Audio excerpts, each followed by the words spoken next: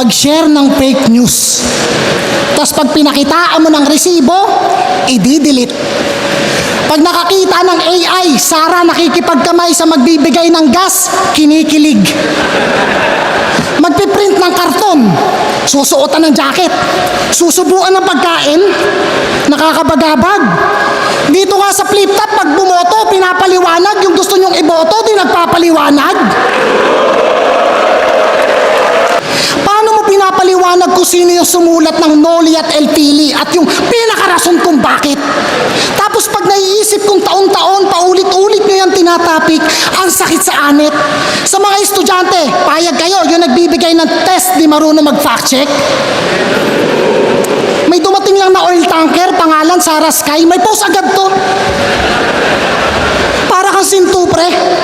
Kahit Brunei, di kayo bibigyan ng gas kasi hari nyo si Roque. Didilis, bangag, karton, maleta, nagtatalo-talo pa talaga itong mga gago na to.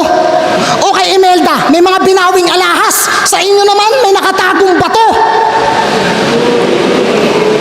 Speaking of bato, mga suntok mo parang bato kasi hindi pumapasok.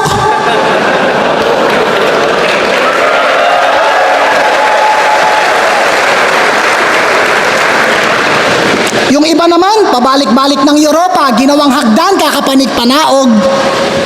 Meron pang nagtago sa Europe, tas nahuli lang sa checkpoint. O sige, tama na lang yung ibang bansa. Pag-usapan naman natin yung sa mga Pinas lang. Para sa mga maagang nabawian ng buhay at sa pagpatak ng mga luha. Para sa kanya, masagana ang pamumuno sa dami ba namang naging pataba sa lupa. May mga batang inosenteng nadamay, teacher ka! May nawalan ng anak, kapatid at pamangkin. Loyalty mo wala sa bayan na mo si Plaridel ka pa man din.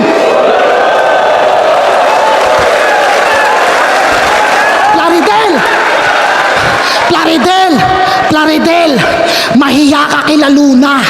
Hanggang ngayon, ikay birheng naniniwala sa pag-ibig ng isa. Sumusunod ng walang tanong kung susumahin ay alipin na to. Nakasuporta sa mga taong dahilan kung ba't sa sariling bayan ay para pa rin bilanggo.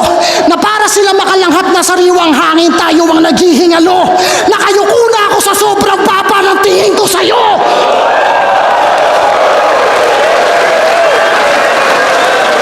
Ano?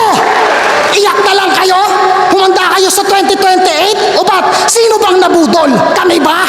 Tinutulan na yan dating-dati pa. Yan ang mga propagandang meaningless. At oo, ang gagaling to sa dating kapwa mo, DDS.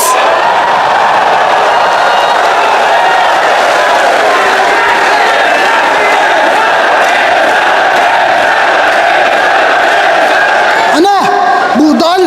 Tayo na tinutulan na yan dating-dati pa. Anong unity? Pwe! Pilipino! Laban sa mga mapang-abuso, yun ang tunay na pagkakaisa. E paano kung yung mga pinagdaanan ng iba, yun naman ang maranasan mo? Ikaw naman yung malagay sa sitwasyon na dating nilalait-lait at tinatawan-tawanan nyo. Paano kung ikaw naman yung walang kalaban-laban? Paano pag nagkaganto? Tipong wala na sa guhit ng palad, wala na sa kalyo, kundi nasa dulo ng daliri yung kapalaran mo. Sabay, bang-bang sa magkabilang tuhod habang sa sahig nakatukod ang mga kamao.